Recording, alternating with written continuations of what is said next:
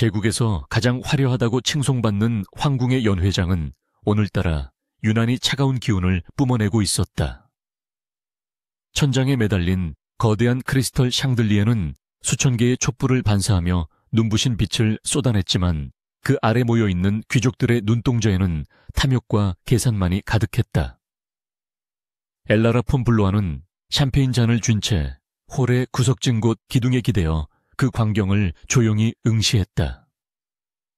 그녀가 입고 있는 짙은 감색의 드레스는 화려한 파스텔 톤의 드레스를 입은 다른 영예들과 확연히 대비되어 그녀를 더욱 고립된 존재로 보이게 만들었다. 하지만 엘라라는 그러한 고립을 즐기고 있었다. 그녀의 머릿속은 지금 눈앞에서 펼쳐지는 화려한 사교계의 풍경이 아닌 앞으로 닥쳐올 비극적인 사건들로 가득 차 있었다. 그녀가 빙의한 이 몸의 주인인 엘라라 폰 블로아는 원작 소설에서 이름조차 제대로 언급되지 않고 사라지는 단역 악녀에 불과했다. 그러나 그녀는 이 소설의 모든 내용을 알고 있었다. 특히 오늘 밤이 남자 주인공인 황태자의 계략에 의해 서브 남주인 켈리온 공작이 파멸의 길로 들어서는 시작점이라는 사실을 뼈저리게 인지하고 있었다. 그녀가 기억하는 원작 소설은 겉으로는 아름다운 로맨스였지만 실상은 권력욕에 찌든 황태자가 자신의 정적들을 하나씩 제거해 나가는 피해 숙청 기록이었다. 그 중에서도 가장 비극적인 희생양은 북부의 지배자이자 황제의 조카인 켈리온 공작이었다.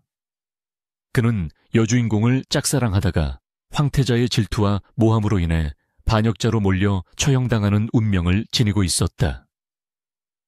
엘라라는 잔을 들어 입술을 축이며 차가운 미소를 지었다. 그녀는 소설을 읽으며 켈리온의 죽음에 며칠을 울었던 기억을 떠올렸다. 그녀가 이 세계에 떨어진 이유가 무엇인지는 알 수 없었지만 목표만은 분명했다. 그녀는 자신이 가장 사랑했던 캐릭터인 켈리온을 비참한 죽음에서 구해낼 것이다.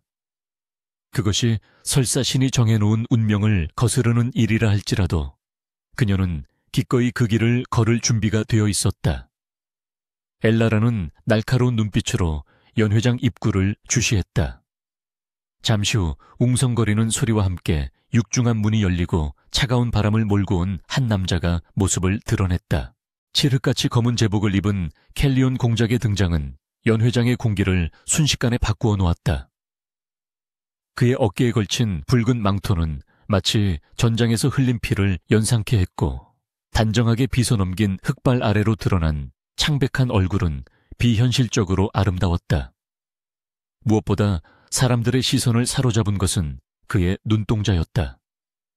감정을 읽을 수 없는 서늘한 붉은색 눈동자는 마치 얼음 속에 갇힌 불꽃처럼 기묘한 빛을 발하고 있었다. 귀족들은 그가 지나가는 길을 황급히 비켜주며 수군거렸다. 저주받은 공작이라느니 피도 눈물도 없는 괴물이라느니 하는 험담들이 엘라라의 귀에 들려왔다. 켈리온은 그런 시선들에 익숙한 듯 무표정한 얼굴로 황제와 황태자가 앉아있는 단상을 향해 걸어갔다. 그의 걸음걸이에는 한치의 망설임도 없었지만 엘라라는 그 뒷모습에서 짙은 고독과 피로를 읽어낼 수 있었다. 그는 어린 시절부터 전장을 떠돌며 제국을 위해 싸웠지만 돌아온 것은 경계와 멸시뿐이었다. 엘라라는 숨을 죽이고 상황을 지켜보았다. 곧 원작의 여주인공인 아리아가 등장할 차례였다. 아리아는 황태자의 약혼녀이자 성녀로 추앙받는 인물이었지만 엘라라가 아는 아리아는 겉과 속이 다른 위선자였다. 그녀는 황태자의 권력을 이용해 자신의 입지를 굳히는 데에만 관심이 있었고 켈리온의 순수한 마음을 잔인하게 이용했다.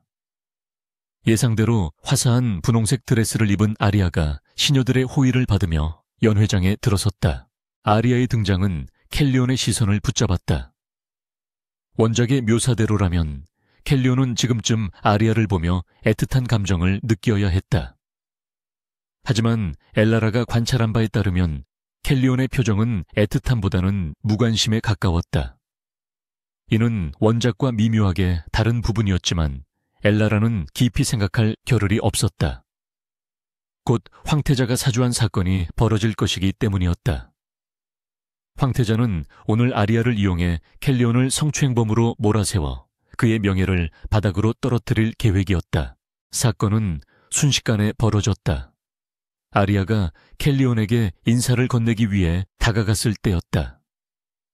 갑자기 아리아가 비명을 지르며 바닥으로 넘어졌고 그녀의 손에 들려있던 와인잔이 깨지며 붉은 액체가 바닥과 드레스를 엉망으로 만들었다. 쨍그랑하는 날카로운 파열음이 연회장의 음악 소리를 뚫고 울려 퍼졌다. 모든 사람의 시선이 두 사람에게 집중되었다. 아리아는 바닥에 주저앉아 떨리는 어깨를 감싸 안으며 울먹이기 시작했다. 마치 기다렸다는 듯이 황태자가 단상에서 뛰어 내려왔다. 그는 분노에 찬 표정으로 켈리온의 멱살을 잡으려 했다.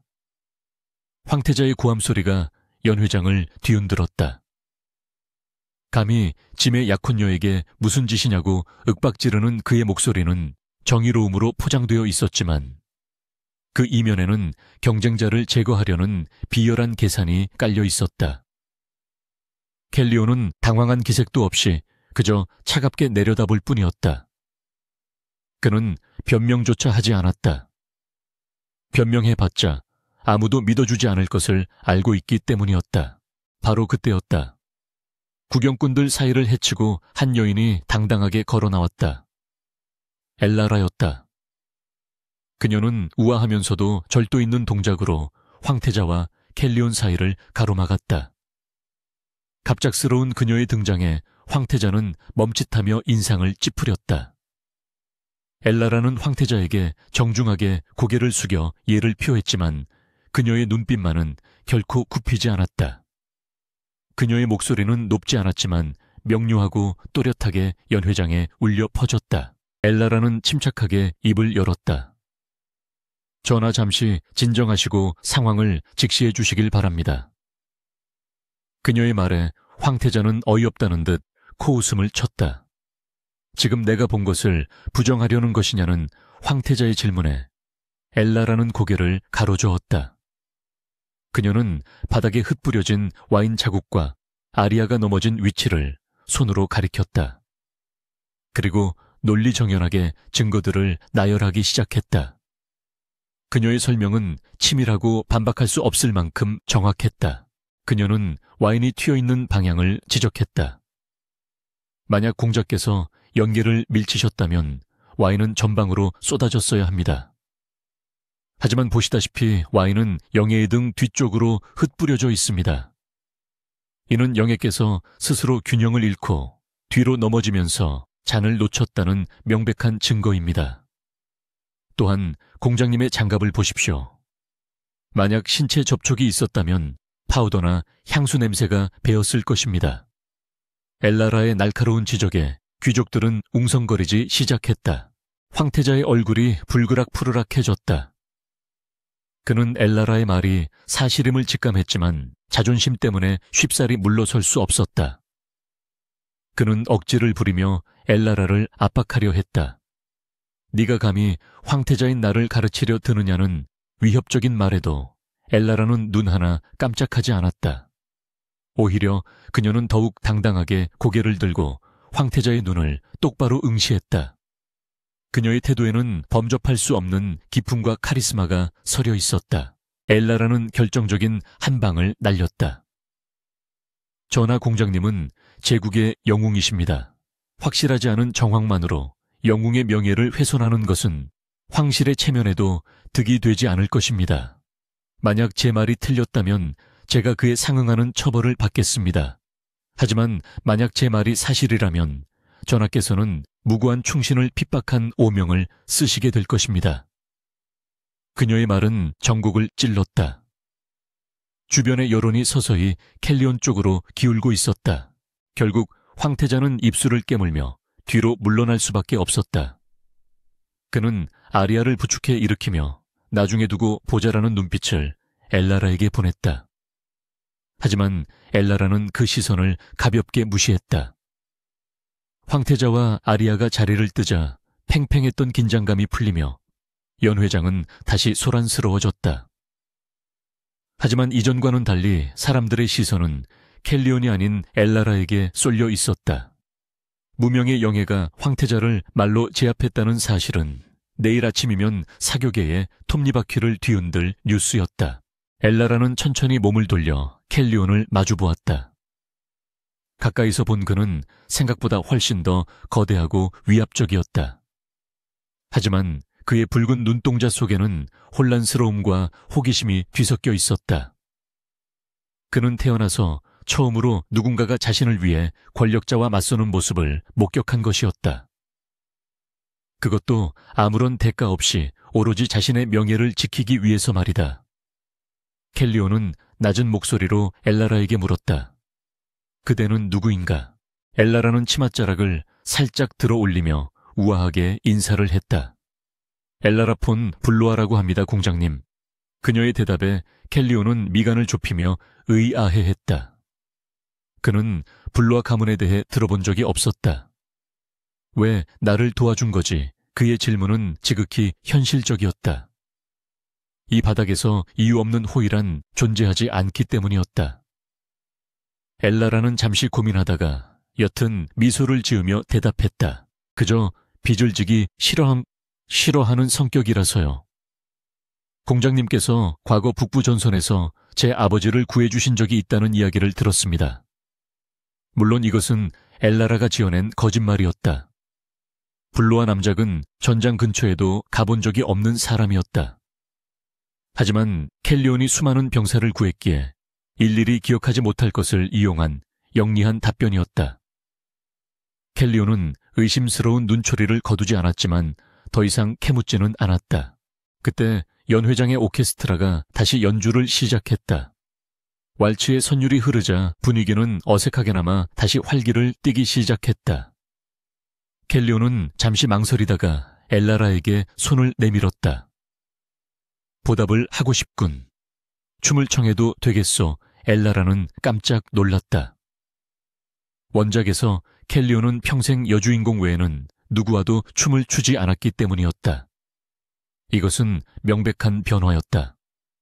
그녀의 개입이 운명의 수레바퀴를 아주 조금씩 비틀기 시작한 것이다. 엘라라는 떨리는 손을 들어 그의 두꺼운 가죽 장갑 위에 얹었다. 영광입니다, 공장님. 두 사람이 홀 중앙으로 걸어나가자 사람들의 시선이 다시 집중되었다. 검은 제복의 공작과 감색 드레스의 영예. 두 사람의 조합은 묘하게 어울리면서도 위험한 분위기를 자아냈다. 음악에 맞춰 발을 내디딘 순간 엘라라는 켈리온의 손에서 느껴지는 미세한 떨림을 감지했다. 그는 긴장하고 있었다. 춤을 추는 동안 두 사람은 아무 말도 하지 않았다. 하지만 서로의 눈빛을 통해 많은 대화가 오갔다.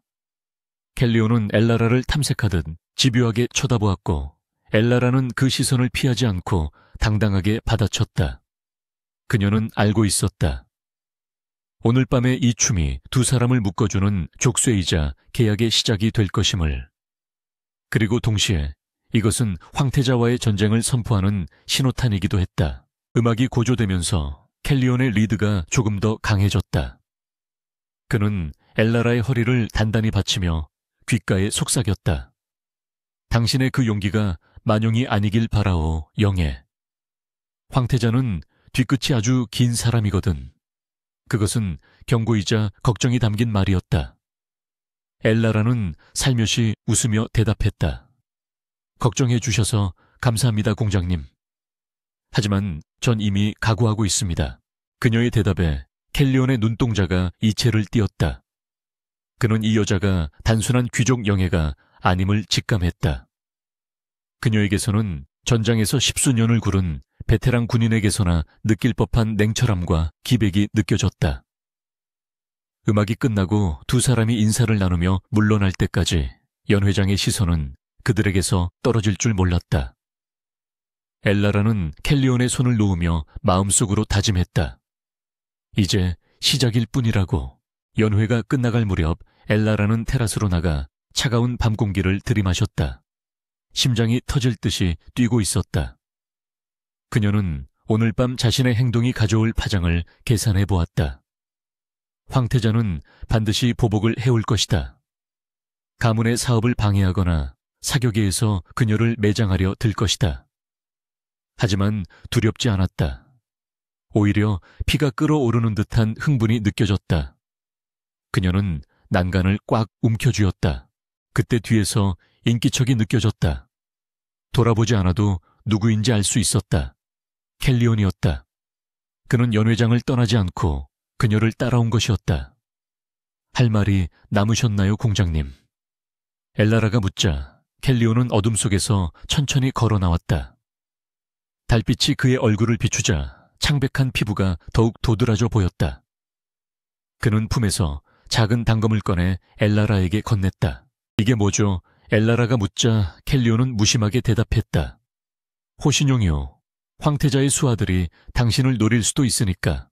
엘라라는 단검을 받아들었다. 묵직한 무게감이 손바닥을 눌렀다. 그것은 단순한 무기가 아니었다. 켈리온이 그녀를 자신의 보호 영역 안에 두겠다는 무언의 약속이었다. 엘라라는 단검을 꽉 쥐며 그를 올려다보았다. 감사합니다. 소중히 간직하겠습니다. 켈리온은 잠시 그녀를 바라보다가 뒤도 돌아보지 않고 테라스를 떠났다. 그의 망토자락이 밤바람에 펄럭였다. 엘라라는 그가 사라진 곳을 한참 동안 바라보았다. 이제 주사위는 던져졌다. 그녀는 단검을 드레스 주머니 깊숙이 숨기고 다시 연회장으로 향했다. 그녀의 발걸음은 들어올 때보다 훨씬 더 단호하고 힘찼다. 내일부터 시작될 진짜 전쟁을 대비하기 위해 그녀는 오늘 밤 한숨도 자지 못할 것 같았다. 밤하늘에는 불길할 정도로 붉은 달이 떠 있었다. 그것은 마치 엘라라와 켈리온 앞에 펼쳐질 험난한 운명을 예고하는 듯했다. 하지만 엘라라는 미소를 지었다. 소설 속의 비극적인 엔딩은 이제 없다. 그녀가 펜을 쥐고 이야기를 다시 쓸 것이기 때문이다. 잘생기고 능력이 있지만 불행했던 서브 남주를 위해 그녀는 자신의 모든 것을 걸 준비가 되어 있었다. 이것은 단순한 로맨스가 아니었다. 이것은 생존을 건 투쟁이자 혁명의 서막이었다. 블루와 남작가의 저택은 깊은 침묵에 잠겨 있었다. 자정을 훌쩍 넘긴 시각이었지만 엘라라의 서재에는 여전히 은은한 마력석 램프에 불빛이 켜져 있었다. 그녀는 책상 앞에 앉아 찻잔에서 피어오르는 하얀 김을 바라보고 있었다.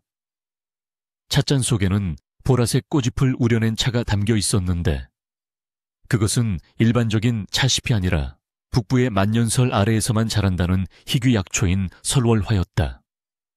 그녀는 이 귀한 약초를 구하기 위해 남작가의 비상금 대부분을 털어넣어야 했다. 하지만 아깝다는 생각은 들지 않았다. 오늘 밤 손님이 찾아올 것을 그녀는 확신하고 있었기 때문이다.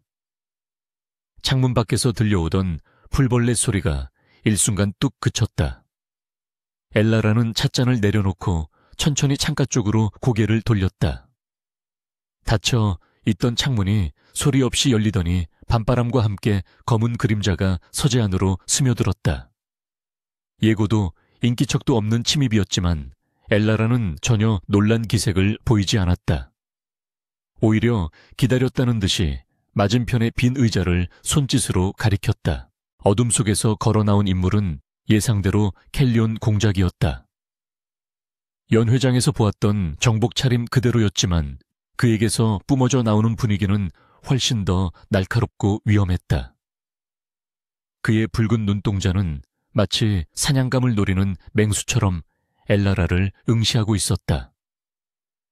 그는 엘라라가 권한 의자에 앉지 않고 책상 앞에 서서 그녀를 내려다보았다. 그의 목소리는 낮게 깔려 있었지만 그 안에 담긴 살기는 숨길 수 없었다. 당신은 누구지? 단순한 남작가의 영예가 나에 대해 너무 많은 것을 알고 있더군. 켈리온의 질문은 단도직입적이었다. 엘라라는 침착하게 그와 시선을 맞추었다. 그녀는 자신이 빙의자라는 사실을 말할 수는 없었다. 대신 그녀는 원작 소설에서 얻은 정보를 무기 삼아 그를 설득해야 했다. 그녀는 찻잔을 그에게 살짝 밀어주며 입을 열었다. 오시기 전에 먼저 차 한 잔 드시는 건 어떨까요? 공장님을 괴롭히는 그 끔찍한 두통을 잠재우는데 도움이 될 겁니다. 엘라라의 말에 켈리온의 미간이 좁혀졌다. 그가 앓고 있는 만성적인 두통과 마력 역류 현상은 제국 내에서도 극소수만이 알고 있는 기밀이었다. 그런데 일면식도 없던 여자가 그것을 알고 있을 뿐만 아니라 치료법까지 제시하고 있었다. 그의 손이 본능적으로 허리춤의 검집으로 향했다. 엘라라는 그의 적대적인 반응에도 아랑곳하지 않고 말을 이었다. 마력 폭주라고 하죠.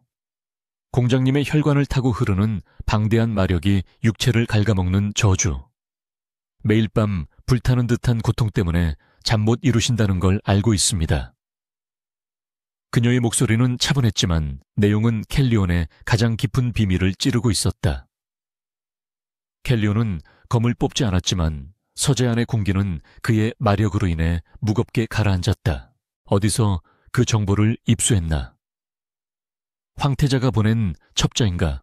켈리온이 으르렁거리듯 물었다. 엘라라는 고개를 가로저었다. 만약 제가 황태자의 사람이라면 오늘 연회장에서 공장님을 구하지 않았겠죠. 저는 그저 공장님과 거래를 하고 싶을 뿐입니다. 그녀는 자리에서 일어나 서재의 책장으로 다가갔다. 책장 사이에는 그녀가 미리 준비해둔 두꺼운 서류 봉투가 숨겨져 있었다. 거래라. 내 목숨을 담보로 협박이라도 하겠다는 건가? 켈리온의 입가에 비릿한 조소가 걸렸다. 엘라라는 서류 봉투를 책상 위에 올려놓으며 대답했다. 협박이 아니라 제안입니다. 저는 공장님의 병을 고칠 수 있는 유일한 사람입니다. 이 차는 그 증거고요. 설월화는 일시적인 진통제일 뿐이지만 제가 제조법을 알고 있는 해독제는 공장님의 마력 회로를 완전히 안정시킬 수 있습니다. 켈리온은 엘라라가 내밀었던 찻잔을 내려다보았다.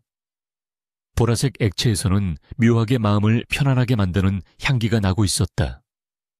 그는 잠시 망설이다가 찻잔을 들어 단숨에 들이켰다. 어차피 독이라면 냄새만으로도 알아챘을 그였다. 차가 목구멍을 넘어가는 순간 놀라운 일이 벌어졌다. 머릿속을 윙윙거리며 괴롭히던 이명과 전신을 짓누르던 묵직한 통증이 눈 녹듯이 사라진 것이다. 그의 눈동자가 크게 흔들렸다. 지난 수년간 어떤 명이나 마법사도 고치지 못했던 고통이었다. 그런데 고작 차 한 잔으로 이런 효과를 보다니 믿을 수가 없었다. 켈리온은 찻잔을 내려놓고 복잡한 표정으로 엘라라를 바라보았다. 당신은 마법사인가 아니면 약제사 엘라라는 미소 지으며 다시 자리에 앉았다. 둘 다 아닙니다. 그저 공장님의 안위를 걱정하는 협력자라고 해두죠. 이제 본격적인 이야기를 할 때였다. 엘라라는 책상 위에 서류 봉투를 톡톡 두드렸다. 이 안에는 황태자가 빼돌린 국방 예산의 내역과 그가 비밀리에 운영하는 마정석 광산의 위치가 적혀 있습니다. 이것만 있으면 황태자의 입지를 흔들 수는 있겠지만 그를 완전히 무너뜨리기엔 부족하죠. 켈리온은 서류 봉투를 집어들어 내용을 훑어보았다. 그의 눈이 점점 커졌다. 이건 제국 정보부조차 파악하지 못한 기밀들이었다. 도대체 이 여자의 정보력은 어디까지란 말인가? 켈리온은 서류를 다시 책상 위에 던지듯 내려놓으며 물었다. 원하는 게 뭐지? 돈인가 아니면 자기 엘라라는 단호하게 고개를 저었다. 그런 시시한 것들은 필요 없습니다. 제가 원하는 것은 단 하나, 공장님의 생존. 그리고 더 나아가 공장님이 황제가 되는 것입니다. 황제. 그 단어가 나오는 순간 서재 안에는 정막이 흘렀다. 켈리온은 헛웃음을 터뜨렸다. 반역을 제안하는 건가 대담하군. 나는 황위에 관심 없다. 그저 북부를 지키고 내 가문을 보존하는 것으로 충분해. 이것은 원작 소설 초반부 켈리온의 태도와 일치했다. 그는 욕심이 없었고 그저 충직한 군인으로 남고 싶어 했다. 하지만 엘라라는 그것이 불가능하다는 것을 알고 있었다. 공장님이 원치 않으셔도 황태자는 공장님을 가만두지 않을 겁니다. 오늘 연 회장에서 보셨듯이 그는 공장님을 제거하기 위해 어떤 비열한 짓도 서슴지 않을 테니까요. 엘라라의 목소리에 힘이 실렸다. 가만히 앉아서 죽음을 기다리시겠습니까? 아니면 싸워서 쟁취하시겠습니까? 선택은 공장님의 몫입니다. 하지만 기억하세요. 공장님이 무너지면 공장님을 따르는 북부의 수만 명의 백성들도 함께 고통받게 될 겁니다. 켈리오는 침묵했다. 엘라라의 말은 틀린 구석이 없었다. 황태자의 견제는 날이 갈수록 심해지고 있었고 북부의 보급 지원마저 끊기기 일보 직전이었다. 그는 주먹을 꽉 쥐었다. 만약 내가 당신의 제안을 받아들인다면 당신은 무엇을 얻게 되지? 엘라라는 잠시 숨을 골랐다. 그녀의 목표는 단순했다. 이 소설 속 비극에서 살아남아 그와 함께 행복해지는 것. 제가 원하는 것은 공장님의 곁입니다. 파트너로서 그리고 가장 신뢰할 수 있는 참모로서 공장님이 황조에 오르시는 그날까지 함께하고 싶습니다. 그리고 황제가 되신 후에는 저와 제 가문의 안전을 보장해 주십시오.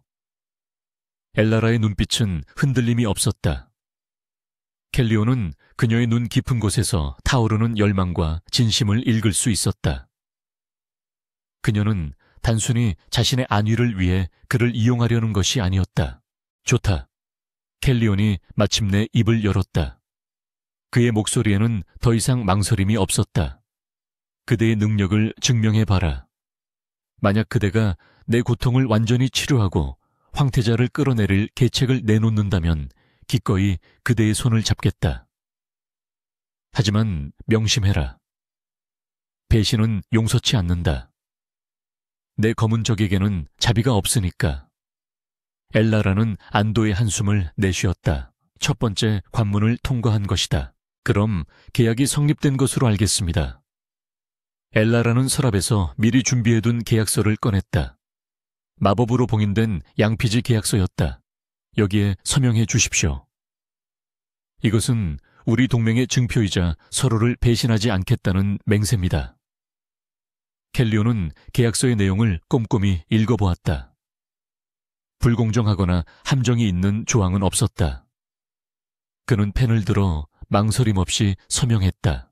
엘라라 또한 자신의 이름을 서명했다. 계약서가 황금빛으로 빛나며 두 사람의 마력을 흡수했다. 이제 이 계약은 죽음으로만 파기할 수 있는 절대적인 구속력을 갖게 되었다. 켈리오는 자리에서 일어나며 말했다. 내일부터 당장 치료를 시작하지. 그리고 황태자의 약점을 더 찾아내라. 나는 북부 기사단을 비밀리에 수도로 호출하겠다. 그의 눈빛은 이미 전쟁을 준비하는 사령관의 그것이었다. 알겠습니다, 주군. 엘라라가 고개를 숙여 예를 표하자 켈리오는 묘한 표정을 지었다. 주군이라. 듣기 나쁘지 않군. 그는 창가로 다가가 다시 어둠 속으로 사라지기 전 잠시 멈춰 섰다. 아까 마신 차 효과가 좋더군. 오늘 밤은 오랜만에 편히 잘 수 있을 것 같소. 고맙소, 엘라라 영예. 그의 목소리에는 처음으로 온기가 섞여 있었다. 켈리온이 떠난 후 엘라라는 의자에 깊숙이 몸을 묻었다.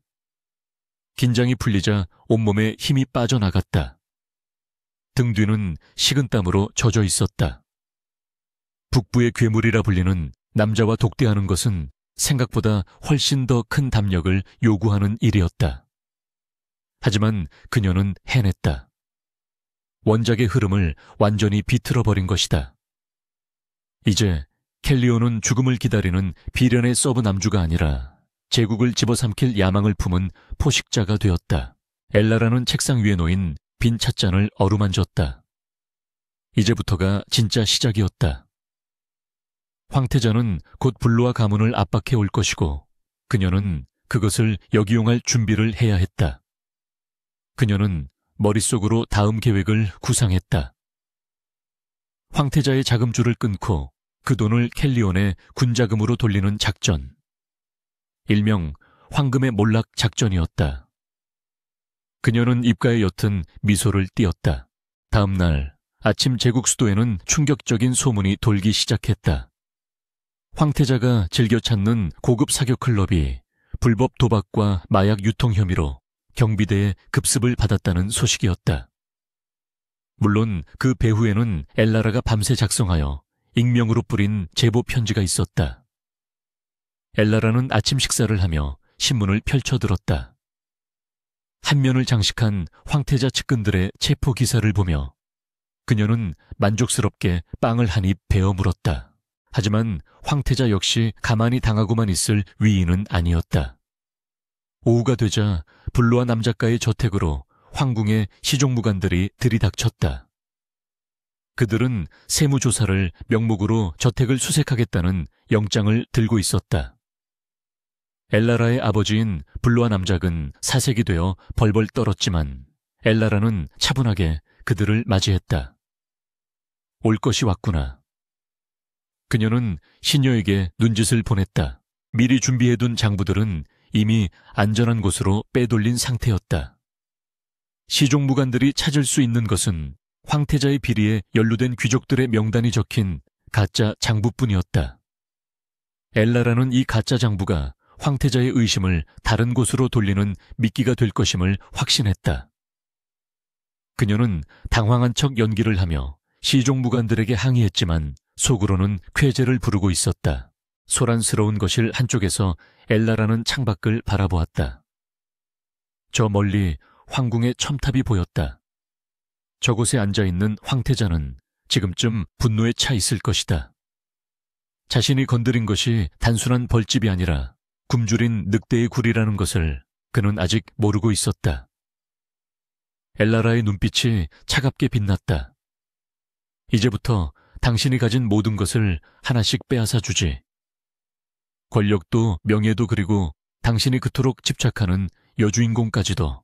그날 밤 엘라라는 켈리온에게서 도착한 전령조를 받았다. 작은 새의 다리에 묶인 쪽지에는 짧지만 강렬한 메시지가 적혀 있었다. 기사단 도착 완료. 명령을 기다린다. 엘라라는 쪽지를 촛불에 태우며 중얼거렸다. 이제 판을 키울 시간이었다. 그녀는 지도 위에 놓인 황태자의 영토를 가리키는 붉은 깃발을 하나씩 쓰러뜨렸다. 거대한 체스판 위에서 포니킹을 잡기 위한 행군이 시작된 것이다. 황태자 줄리안의 집무실에서는 무언가가 깨지는 날카로운 파열음이 쉴 새 없이 들려오고 있었다. 그는 책상 위에 놓여있던 최고급 도자기 화병을 벽을 향해 집어던지며 거친 숨을 몰아쉬었다. 바닥에는 산산조각난 도자기 파편과 함께 붉은 장미꽃들이 처참하게 지시겨져 뒹굴고 있었다. 그의 분노는 극에 달해 있었다. 자신의 비밀 자금줄이었던 사교 클럽이 폐쇄된 것도 모자라 불로아 남작가의 압수수색에서 아무런 증거도 나오지 않았다는 보고를 받았기 때문이었다.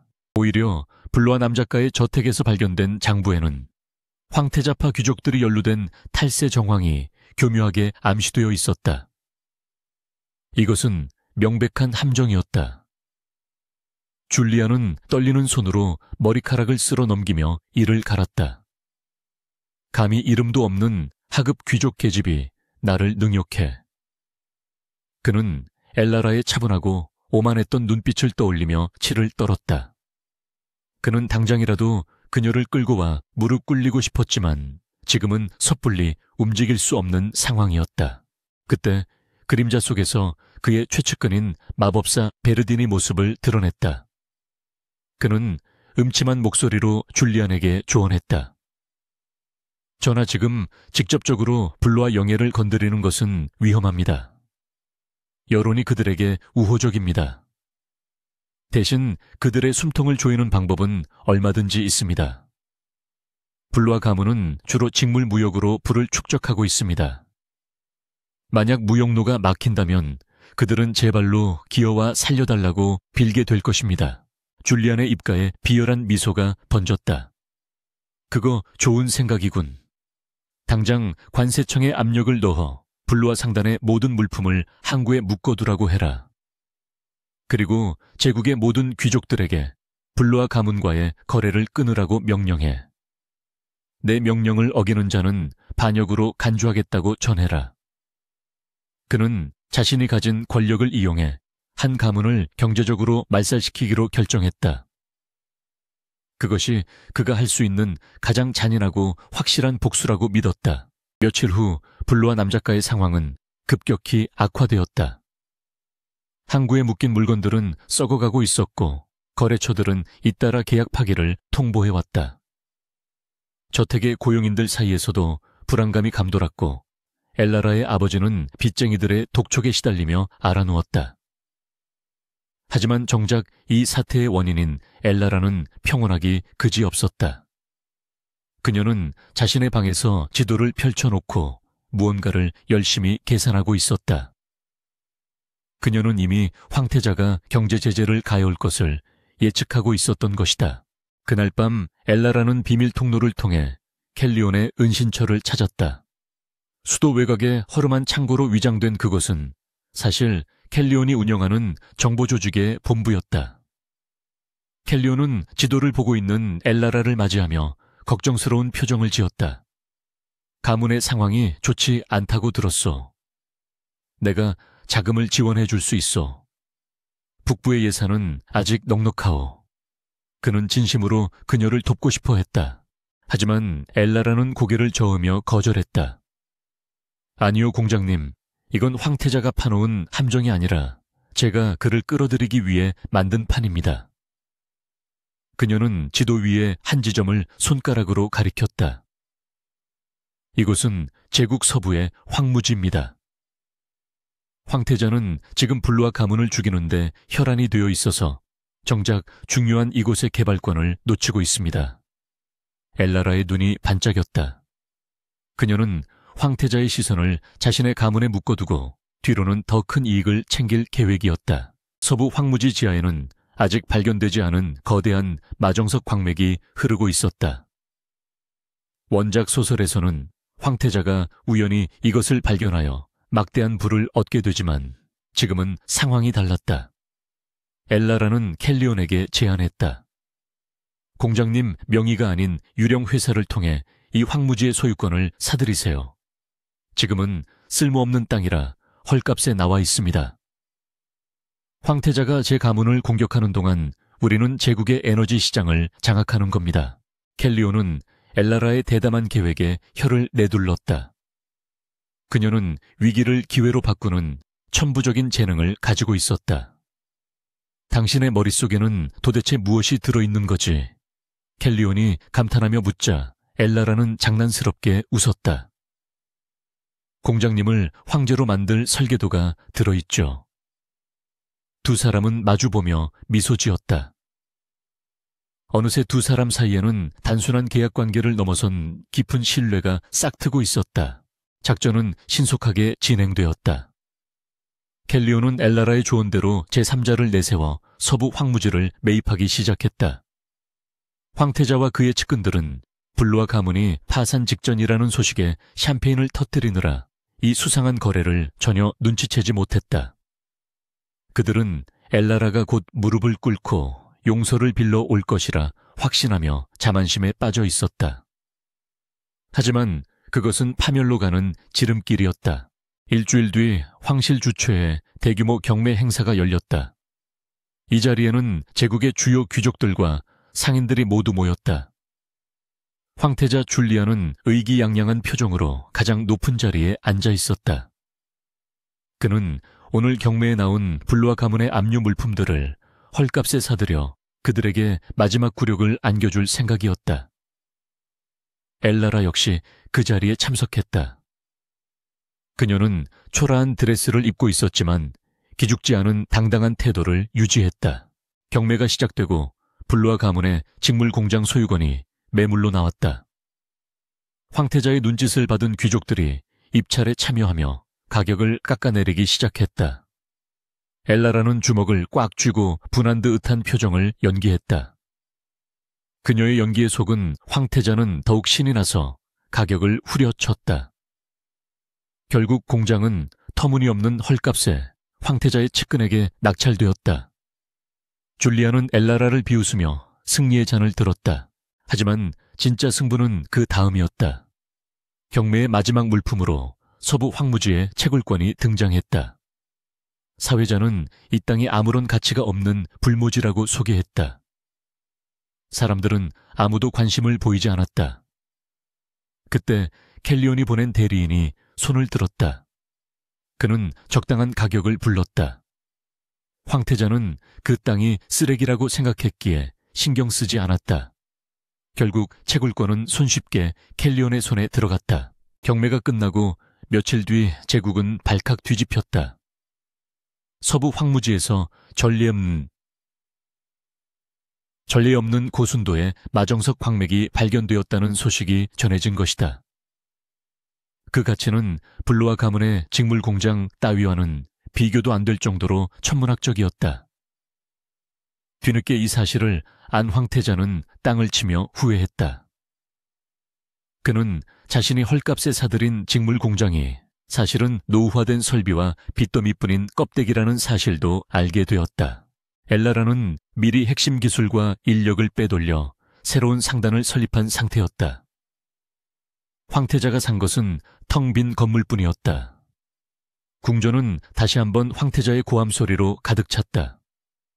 그는 또다시 엘라라에게 당했다는 사실을 인정할 수 없었다. 그의 자존심은 산산조각이 났고 금전적 손실 또한 막대했다. 반면 켈리온은 마정석 광산에서 나오는 수익으로 군비를 확충하고 북부의 기근을 해결할 자금을 확보하게 되었다. 이 사건을 계기로 귀족 사회의 분위기가 미묘하게 바뀌기 시작했다. 황태자의 무능함과 감정적인 일처리에 실망한 귀족들이 하나둘씩 켈리온에게 관심을 보이기 시작한 것이다. 게다가 켈리온의 곁에 있는 엘라라라는 여인이 뛰어난 전략가라는 소문이 돌면서 그녀를 포섭하려는 시도들도 생겨났다. 엘라라는 이 모든 흐름을 주도하며 켈리온의 입지를 단단히 다져나갔다. 어느 날 오후 켈리온은 엘라라를 자신의 저택으로 초대했다. 그는 넓은 정원을 거닐며 엘라라에게 물었다.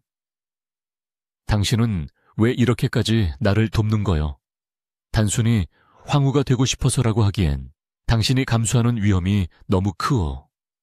그의 질문에는 진심 어린 의문과 걱정이 담겨 있었다. 그는 엘라라가 다치는 것을 원치 않았다. 엘라라는 잠시 걸음을 멈추고 피어있는 장미꽃을 바라보았다. 그녀는 켈리온의 눈을 똑바로 쳐다보며 대답했다. 공장님은 좋은 사람이니까요. 제가 아는 공장님은 누구보다 백성을 사랑하고 책임감이 강한 분입니다. 그런 분이 억울하게 희생되는 것을 보고 싶지 않았습니다. 그것이 전부입니다. 그녀의 말은 반은 진심이고 반은 연기였지만 켈리온의 마음을 울리기에는 충분했다. 켈리온은 묘한 감정에 휩싸였다. 태어나서 처음으로 누군가가 자신의 능력이나 지위가 아닌 존재 자체를 인정해주는 느낌이었다. 그는 무의식적으로 손을 뻗어 엘라라의 뺨을 어루만지려다 멈칫했다. 자신의 손에 묻은 피와 저주가 그녀를 더럽힐까 두려웠기 때문이었다. 엘라라는 그런 그의 망설임을 눈치채고 자신의 손으로 그의 손을 잡아 뺨에 갖다 대었다. 따뜻한 온기가 차가운 가죽 장갑을 통해 전해졌다. 두려워하지 마세요. 공장님의 손은 사람을 죽이는 손이 아니라 지키는 손입니다. 저는 공장님을 믿습니다. 엘라라의 말에 켈리온의 붉은 눈동자가 흔들렸다.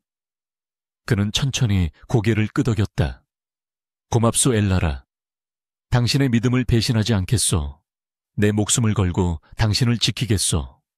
두 사람 사이의 공기가 짙어졌다. 그것은 동맹 그 이상의 감정이었다. 한편 황태자 줄리아는 굴욕을 씻기 위해 더욱 악랄한 계획을 세우고 있었다. 그는 다가오는 황실 사냥대회를 기회로 삼기로 했다. 사냥대회는 사고를 가장해 사람을 제거하기에 가장 완벽한 장소였다. 그는 어둠의 길드에 연락해 마수들을 폭주시키는 약물을 준비하라고 명령했다. 이번에는 단순히 명예를 넓히는 수준이 아니라 켈리온의 숨통을 완전히 끊어놓을 작정이었다. 그는 또한 엘라라에게도 초청장을 보냈다. 그녀가 보는 앞에서 그녀가 선택한 남자가 비참하게 찢겨 죽는 모습을 보여주고 싶었다. 황태자의 눈은 광기로 번들거렸다. 네가 아무리 똑똑해도 절대적인 힘 앞에서는 무력할 것이다. 엘라라 폰 블로아, 너의 그 오만한 콧대를 꺾어주마.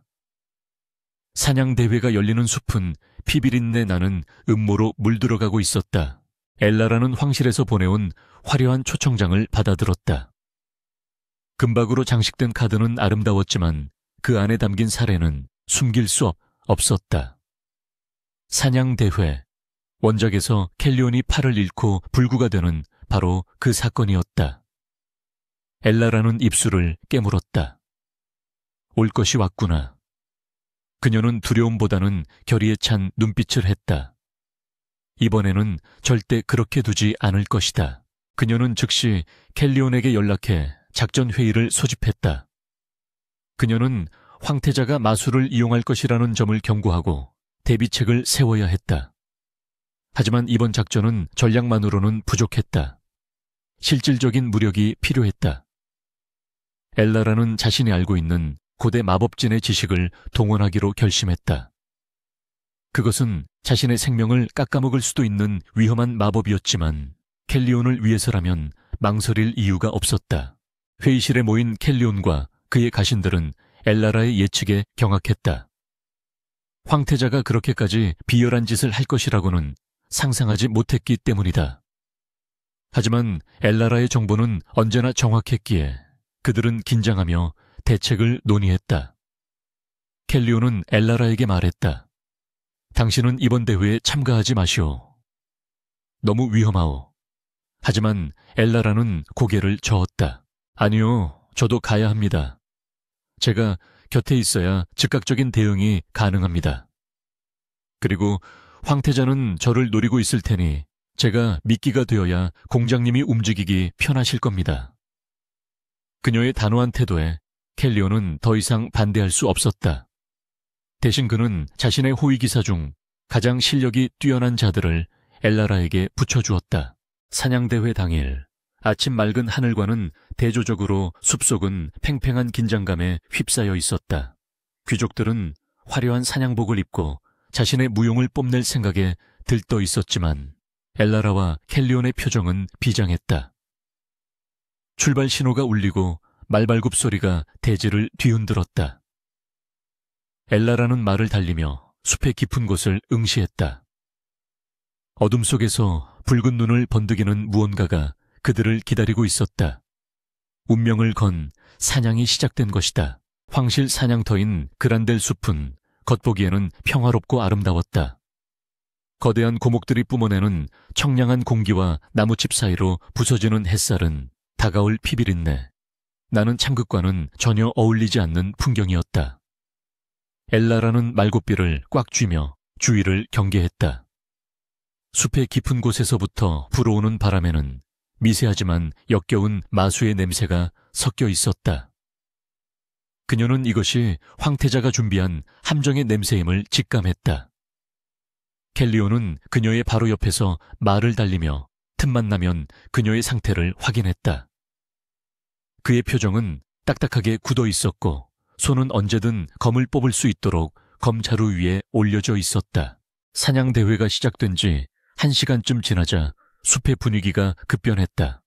처음에는 사슴이나 멧돼지 같은 일반적인 사냥감들이 보였으나 점차 기이하게 뒤틀린 형태의 짐승들이 나타나기 시작했다.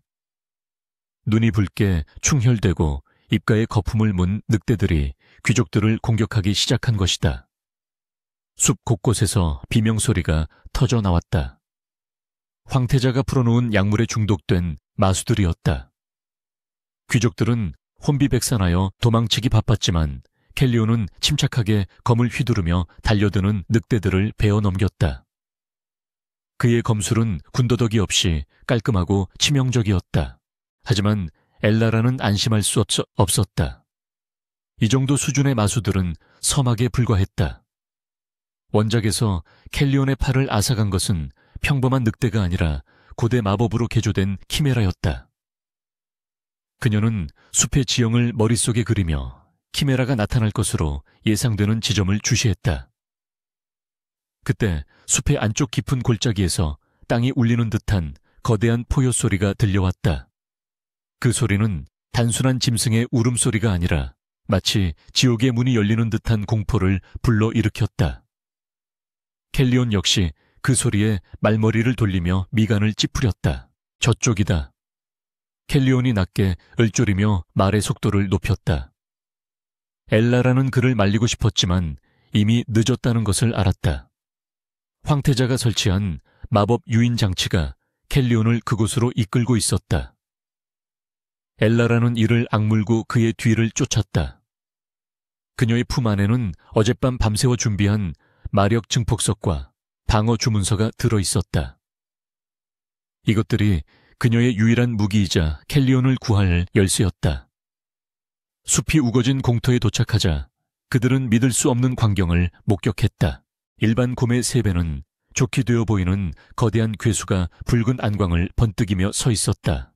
놈의 등에는 가시 같은 뿔이 돋아나 있었고 앞발톱은 강철도 찢어밟힐 만큼 날카로워 보였다. 키메라였다. 황태자는 이 괴물을 제어하기 위해 금지된 흑마법까지 손을 댄 것이 분명했다. 키메라는 켈리온을 발견하자마자 맹렬한 기세로 돌진해왔다. 켈리온은 말에서 뛰어내려 검을 뽑아들고 괴수와 맞섰다. 강하는 금소금과 함께 불꽃이 튀었다. 인간의 힘으로는 도저히 막아낼 수 없을 것 같은 괴력에도 켈리온은 밀리지 않고 버텨냈다. 그러나 상황은 점점 켈리온에게 불리하게 돌아갔다. 숲속에 숨겨져 있던 마법진들이 작동하면서 켈리온의 움직임을 둔화시키고 있었기 때문이다. 보이지 않는 족쇄가 그의 발목을 잡는 듯 했다. 반면 키메라는 마법진의 도움을 받아 더욱 광폭해졌다. 이것은 철저하게 켈리온 하나만을 죽이기 위해 설계된 처형장이었다. 멀리서 이 광경을 지켜보고 있을 황태자의 비릿한 웃음소리가 들리는 듯했다. 엘라라는 말에서 내려 숲 가장자리에 숨겨진 마법석을 찾기 시작했다. 이 결계를 깨트려야 켈리온이 살 수 있었다. 엘라라가 덤불 속을 뒤져 마법석을 찾아냈을 때 켈리온은 절체절명의 위기에 처해 있었다. 키메라의 꼬리가 채찍처럼 휘몰아쳐 켈리온의 옆구리를 강타했고 그 충격으로 켈리온은 바닥에 나뒹굴었다. 검을 놓친 켈리온이 몸을 일으키려 했지만 마비독이 퍼지기 시작했는지 움직임이 눈에 띄게 느려져 있었다. 키메라는 그 틈을 놓치지 않고 높이 뛰어올라 켈리온의 오른쪽 어깨를 향해 앞발을 내리찍으려 했다. 원작의 비극이 실현되려는 순간이었다. 안 돼. 엘라라의 입에서 비명이 터져 나왔다. 그녀는 마법석을 파괴할 시간이 없음을 깨달았다. 그녀의 이성적인 판단은 도망치라고 경고했지만 그녀의 몸은 이미 본능적으로 움직이고 있었다. 그녀는 품에 있던 방어 주문서를 찢으며 켈리온을 향해 전력으로 달렸다. 주문서에서 뿜어져 나온 빛이 그녀의 몸을 감쌌다. 그녀는 키메라의 발톱과 켈리온 사이로 자신의 몸을 던졌다. 찰나의 순간 시간이 멈춘 듯했다. 켈리온의 붉은 눈동자가 경악으로 물들며 엘라라를 응시했다. 쾅하는 굉음과 함께 거대한 충격파가 발생했다. 엘라라가 전개한 방어막은 키메라의 일격을 막아냈지만 그 엄청난 충격을 완전히 흡수하지는 못했다. 방어막이 유리 조각처럼 산산이 부서지며 엘라라의 몸이 허공으로 튕겨나갔다. 그녀는 피를 토하며 바닥으로 곤두박질 쳤다. 극심한 고통이 전신을 휘감았지만 그녀의 의식은 묘하게 또렷했다. 켈리온의 팔은 무사했다. 그녀가 운명을 바꾼 것이다. 엘라라. 짐승의 울부짖음 같은 처절한 외침이 숲을 뒤흔들었다. 켈리온은 자신의 몸에 퍼진 마비독 따위는 잊어버린 듯 미친 듯이 엘라라에게 기어갔다. 흙바닥에 쓰러진 엘라라의 드레스는 붉은 피로 물들어가고 있었다. 켈리오는 떨리는 손으로 그녀를 안아들었다. 그의 눈에서 붉은 광기가 일렁겼다. 엘라라의 창백한 얼굴을 본 순간 그의 이성이라는 끈이 툭 하고 끊어졌다. 그의 내부에서 억눌려 있던 거대한 마력이 폭주하기 시작했다. 그때 키메라가 다시 공격해 오려 했다. 하지만 이번에는 상황이 달랐다. 켈리오는 고개조차 돌리지 않고 한 손을 뻗어 허공을 움켜쥐었다. 그러자 보이지 않는 거대한 손이 키메라의 목을 조르는 듯 괴수가 괴로워하며 발버둥 쳤다. 죽어라. 켈리온의 입에서 나온 말은 저주에 가까웠다. 그의 손에 힘이 들어가자 키메라의 몸이 공중에서 뒤틀리더니 끔찍한 소리와 함께 터져버렸다. 피와 살점이 비오듯 쏟아졌지만 켈리온의 주변에는 마력의 장막이 쳐져 있어 피 한 방울 튀지 않았다. 숲속에 숨어서 이 광경을 지켜보던 황태자의 암살자들은 공포에 질려 뒷걸음질 쳤다. 그들이 보고 있는 것은 인간이 아니라 지옥에서 기어나온 악귀였다. 켈리오는 엘라라를 소중하게 품에 안고 천천히 일어섰다. 그의 몸에서 뿜어져 나오는 검붉은 오라는 주변의 나무들을 말라 죽게 할 정도로 독하고 강렬했다. 그는 엘라라의 뺨에 묻은 흙을 닦아주며 속삭였다. 미안하다. 내가 늦었어. 하지만 약속하마. 너를 이렇게 만든 놈들을 모조리 찢어 죽이겠다고. 엘라라는 희미하게 눈을 떴다. 시야가 흐릿했지만 분노와 슬픔으로 일그러진 켈리온의 얼굴은 볼 수 있었다. 그녀는 피 묻은 손을 들어 그의 뺨을 만지고 싶었지만 손끝 하나 까딱할 힘이 없었다. 공장님 무사해서 다행이에요. 그녀의 입술이 소리 없이 움직였다. 그리고 그녀의 의식은 깊은 어둠 속으로 가라앉았다. 그것은 죽음이 아닌 깊은 잠이었지만 켈리온에게는 죽음보다 더한 고통으로 다가왔다. 황태자 줄리아는 멀리서 망원경으로 상황을 지켜보고 있었다. 그는 키메라가 터져 죽는 모습을 보고 입을 다물지 못했다. 그가 예상한 시나리오는 켈리온이 불구가 되어 폐인이 되는 것이었지 저런 괴물 같은 힘을 각성하는 것이 아니었다. 게다가 그 거슬리는 불로와 영예가 대신 희생양이 되었다는 사실은 묘하게 기분이 나빴다. 그는 등골이 서늘해지는 것을 느꼈다. 자신이 건드려서는 안 될 것을 건드린 것 같은 불길한 예감이 엄습했다. 켈리온은 엘라라를 안고 숲을 빠져나오기 시작했다. 그의 걸음마다 살기가 뚝뚝 떨어졌다. 도중에 마주친 황태자의 병사들은 그의 눈빛만 보고도 겁에 질려 길을 비켜주거나 도망쳤다. 사냥터 입구에는 귀족들이 모여 웅성거리고 있었다. 피투성이가 된 엘라라를 안고 나타난 켈리온의 모습에 사람들은 숨을 죽였다. 누군가 상황을 무두려 다가갔지만 켈리온의 살기에 눌려 입도 뻥끗하지 못했다. 그는 곧장 자신의 마차로 향했다. 마부조차 주인의 험악한 기세에 눌려 아무 말 없이 문을 열었다.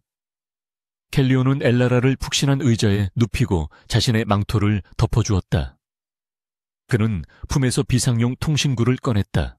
황실 전속 치료사가 아닌 북부의 정예 치료사들을 당장 수도로 소환하라는 명령을 내렸다. 그는 황실의 누구도 믿을 수 없었다. 만약 엘라라가 잘못된다면 제국 전체를 불바다로 만들어서라도 대가를 치르게 할 생각이었다. 마차가 저택을 향해 질주하는 동안 켈리온은 엘라라의 차가운 손을 잡고 놓지 않았다. 그녀의 희생은 그에게 뼈아픈 깨달음을 주었다. 자신이 힘을 숨기고 조용히 살려 했던 것이 결국 소중한 사람을 다치게 만들었다는 것을. 그는 자신의 나약함과 안일함을 저주했다. 더 이상 물러서거나 참지 않을 것이다. 이제부터는 내가 룰을 정한다. 그의 눈 속에서 붉은 불꽃이 더욱 거세게 타올랐다. 엘라라의 부상은 심각했다. 마법적 충격으로 인해 내장이 손상되었고 마력 회로가 엉망으로 꼬여 있었다. 저택에 도착하자마자 치료사들이 달려들었지만 그들의 표정은 어두웠다. 생명에는 지장이 없으나 의식이 언제 돌아올지 장담할 수 없다는 진단이 내려졌다. 켈리오는 그 말을 듣고 주먹으로 벽을 내리쳤다. 단단한 대리석 벽이 거미줄처럼 갈라졌다. 그는 치료사들에게 무슨 수를 써서라도 그녀를 살려내라고 으르렁거렸다. 밤이 깊었지만 켈리온의 저택은 불이 꺼지지 않았다. 그는 엘라라의 침대 곁을 한시도 떠나지 않고 지켰다. 그녀가 깨어났을 때 가장 먼저 보는 사람이 자신이어야만 했다. 그는 엘라라가 잠든 얼굴을 바라보며 맹세했다. 네가 깨어날 때까지 나는 너를 해친 자들을 위한 지옥을 완성해 놓겠다. 그것이 너의 헌신에 대한 나의 대답이다. 복수의 여정은 이제 돌이킬 수 없는 강을 건넜다. 한편 황궁에서는 긴급 회의가 소집되었다. 켈리온의 마력 폭주를 목격한 암살자들의 보고를 받은 황제와 황태자는 사태의 심각성을 인지했다. 북부의 공작이 그 정도의 힘을 숨기고 있었다는 사실은 황권에 대한 직접적인 위협이었다. 줄리아는 공포를 숨기기 위해 더욱 큰 목소리로 켈리온을 반역자로 몰아야 한다고 주장했다. 하지만 황제는 신중했다. 명분 없이 그를 건드렸다가는 제국이 반으로 쪼개질 수도 있었다. 엘라라의 희생은 단순히 켈리온을 구한 것 이상의 의미를 가졌다. 그녀는 자신의 몸을 던져 황태자의 음모를 만천에 드러나게 했고 켈리온에게 싸워야 할 명확한 이유와 동기를 부여했다. 그녀는 의식을 잃고 누워 있었지만 그녀가 설계한 판은 여전히 돌아가고 있었다. 아니, 오히려 그녀의 부재가 기폭제가 되어 더욱 빠르고 과격하게 돌아가기 시작했다. 잠자던 사자의 코털을 건드린 대가는 참혹할 것이다. 다음 날 아침 켈리온은 제복이 아닌 전투복으로 갈아입었다. 그의 허리에는 가문의 복음이 채워져 있었다. 그는 북부 기사단에게 전군 집결 명령을 내렸다. 명분은 자신의 약혼 여인 엘라라 폰 블루아를 암살하려 한 배후를 색출한다는 것이었다. 이제 더 이상 숨기거나 피하지 않겠다는 선전포고였다. 수도의 시민들은 검은 갑옷을 입은 북부 기사단의 행렬을 보며 전운이 감돌고 있음을 직감했다. 폭풍전야의 고요함이 깨지고 있었다. 수도의 밤거리는 며칠째 계속되는 북부 기사단의 수색 작업으로 인해 살벌한 정적에 휩싸여 있었다. 켈리온 공작은 황제의 허락도 없이 수도 방위군의 권한을 무시하고 독자적인 수사를 진행하고 있었지만 누구도 그에게 이의를 제기하지 못했다. 그가 내뿜는 살기는 단순히 분노의 수준을 넘어선 공포 그 자체였기 때문이다. 그는 사냥터에서 수거한 키메라의 파편과 마법 장치들을 단서로 범인의 흔적을 쫓고 있었다. 그의 붉은 눈동자는 자마 한숨 자지 못한 사람처럼 퀭했지만 그 안에서 타오르는 집념의 불꽃은 더욱 선명해져 있었다. 그는 짐승 같은 감각으로 황태자의 사주를 받은 어둠의 길드 은신처를 하나씩 찾아내어 박살내고 있었다. 지하 감옥의 차가운 돌바닥 위에는 황태자의 의뢰를 받아 키메라를 제작했던 흑마법사가 피투성이가 된 채 널브러져 있었다. 켈리온은 감정 없는 얼굴로 자신의 장갑에 묻은 피를 닦아냈다. 그는 고문 도구 따위는 필요 없었다. 그의 압도적인 마력을 조금만 흘려보내도 상대방의 신경계는 끔찍한 고통에 비명을 질렀기 때문이다. 흑마법사는 고통을 이기지 못하고 황태자가 사냥대회에서 사고를 위장해 공작을 암살하려 했다는 모든 계획을 실토했다. 켈리온은 그 자백을 마법 기록 구슬에 녹음하며 차갑게 미소 지었다. 이것으로 황태자의 목을 죄일 올가미는 완성되었다. 한편 저택의 침실에서는 엘라라가 긴 어둠 속에서 헤매다 겨우 눈을 떴다. 온몸이 납덩이처럼 무거웠고 가슴 부근에서는 타는 듯한 통증이 느껴졌다. 그녀는 힘겹게 고개를 돌려 주변을 살폈다. 익숙한 천장과 양냄새, 그리고 창문 너머로 들어오는 희미한 달빛이 보였다. 살아남았구나. 안도감이 밀려왔지만 곧이어 무언가 이상하다는 것을 깨달았다. 평소 몸 안을 흐르던 따뜻한 기운, 즉 마력이 전혀 느껴지지 않았다. 그녀는 당황하여 손가락 끝에 마력을 집중해 보려 했지만 아무런 반응도 없었다. 마치 몸속의 마력 회로가 텅 빈 껍데기처럼 공허하게 느껴졌다. 엘라라는 떨리는 손으로 자신의 가슴에 손을 얹었다. 키메라의 일격을 막아낼 때 사용했던 과도한 마력 증폭이 그녀의 마력 코어를 완전히 태워버린 것이 분명했다. 마법색에 마력을 잃는다는 것은 팔다리를 잃는 것과 같은 상실감을 의미했다. 그녀는 절망감에 눈앞이 캄캄해졌지만 곧 마음을 다잡았다. 켈리온을 살리기 위한 대가였다. 그가 무사하다면 이 정도 희생은 감수할 수 있었다. 아니, 오히려 이것은 전화위복의 기회가 될 수도 있었다. 그녀의 두뇌는 비상하게 회전하기 시작했다. 비극적인 피해자라는 명분. 이것이야말로 황태자를 정치적으로 매장시킬 가장 강력한 무기가 될 것이다. 그때 방문이 조심스럽게 열리고 켈리온이 들어왔다. 그는 엘라라가 깨어난 것을 보고 멈칫했다. 며칠 사이에 헬쑥해진 그의 얼굴에는 깊은 슬픔과 죄책감이 서려 있었다. 그는 천천히 침대 곁으로 다가와 무릎을 꿇었다. 엘라라가 힘없이 미소를 지어 보이자 켈리온은 그녀의 손을 잡고 이 말을 대었다. 미안하다. 나 때문에. 그의 목소리는 물기 어린 듯 떨리고 있었다. 제국의 괴물이라 불리는 남자가 한 여자 앞에서 이토록 무너지는 모습을 보이다니. 엘라라는 안쓰러운 마음에 그의 머리카락을 쓰다듬어 주었다. 공장님, 저는 괜찮아요. 살아있잖아요. 엘라라가 그를 위로했지만 켈리온의 표정은 어두웠다. 그는 치료사들에게서 엘라라의 상태에 대해 이미 들은 모양이었다. 마력 회로가 파괴되었다고 들었소. 다시는 마법을 쓸 수 없을 거라고. 평생을 마법사로 살아온 당신에게 내가 무슨 짓을 한 건지. 자책하는 그의 모습에 엘라라는 고개를 가로저었다. 그녀는 켈리온의 턱을 들어 시선을 맞추었다. 슬퍼하지 마세요. 마법은 잃었지만 저는 더 강력한 무기를 얻었으니까요. 바로 공장님입니다. 이제 공장님이 저의 마법이 되어주시면 됩니다. 그녀의 단단한 눈빛에 켈리온은 숨을 들이켰다. 그녀는 무력해진 것이 아니라 오히려 더 강인해져 있었다. 엘라라는 몸을 일으키려다 신음성을 흘렸고 켈리온은 황급히 그녀를 부축했다. 그녀는 켈리온의 어깨에 기대어 속삭였다. 이제 반격할 시간이에요. 제 부상을 철저하게 이용하세요. 황태자를 끌어내릴 명분으로 삼아야 해요. 다음 날 아침 블루와 남작가의 대변인을 통해 엘라라의 상태가 공식적으로 발표되었다.